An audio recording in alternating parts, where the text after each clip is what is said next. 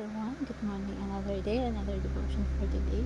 So, ang topic natin today is all about special grace, also called saving grace. So, kaya ang topic is, bakit kailangan ikaw ay nakamasaya?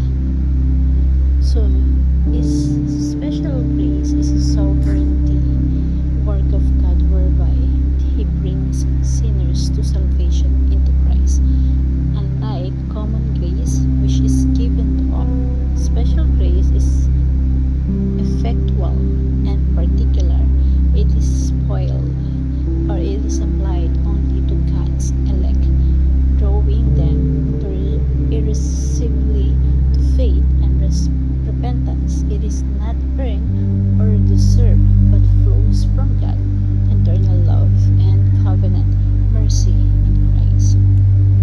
So, ang teaching natin for today is common grace is for all people, special grace is for believers only, and Jesus is the most special gift. So, the application nito sa life natin, rely on God's common grace. Do not envy other people. Thank God for special grace. So, bakit tayo maniinggit dun sa ibang tao? Minsan kasi, marami tayong question na, bakit ako mabuti akong tao? Bakit yung masasamang tao sila pa yung pinagpapala? Tandaan mo na may special grace din si God sa'yo.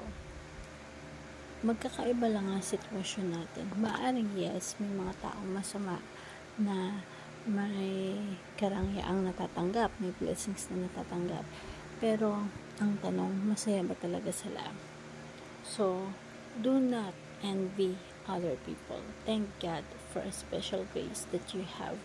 So, alamin mo why you should most grateful and satisfied people in the world.